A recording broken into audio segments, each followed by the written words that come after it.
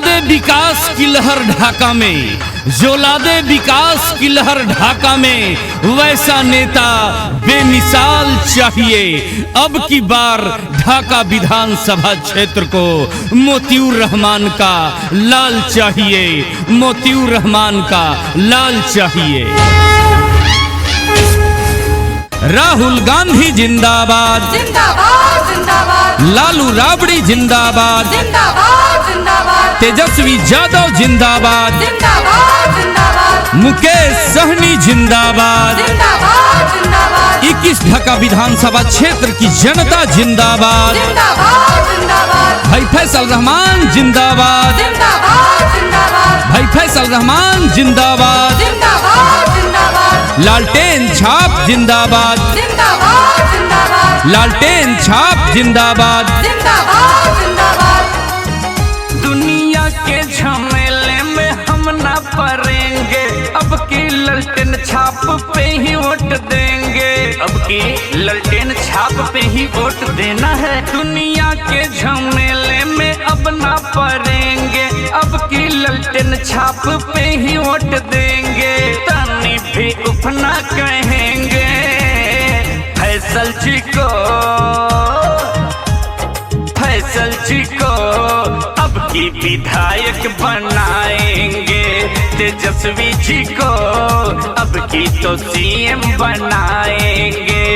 लालटेन छाप पर अब की तो बटन दबाएंगे। 21 ढाका विधानसभा क्षेत्र की जनता जिंदाबाद, जिंदाबाद जिंदाबाद, तेजस्वी यादव जिंदाबाद, जिंदाबाद जिंदाबाद, भाई फैसल रहमान जिंदाबाद, जिंदाबाद जिंदाबाद, लालटेन छाप जिंदाबाद। जिंदाबाद जिंदाबाद। किसी विरोधी का डरना इन्हें आपका साथ जो भैया, किसी विरोधी का डरना इन्हें आपका साथ जो भैया। निश्चित और किस्ती पार लगेगी, आप जो बनेंगे खेवैया।